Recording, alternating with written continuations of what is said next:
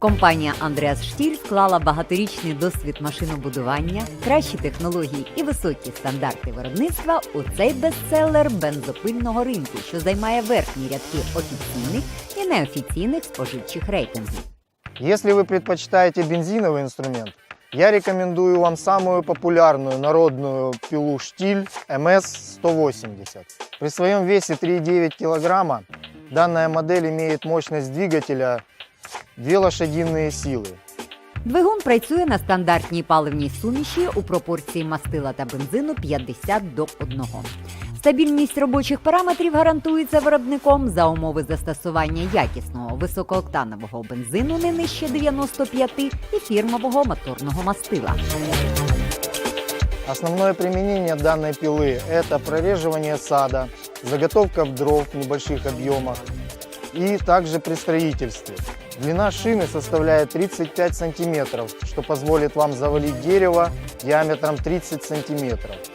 180-ка хоч і належить до аматорського класу, оснащена солідним комплектом функціональних особливостей, причому деякі з них для даної цінової категорії не характерні.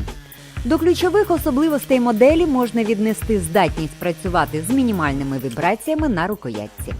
Завдяки ефективній системі гасіння вібрацій ви можете користуватися пилою довше, не відчуваючи дискомфорту в руках.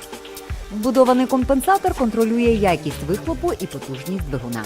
Навіть коли фільтр забивається, бензопила продовжує працювати без падіння потужності.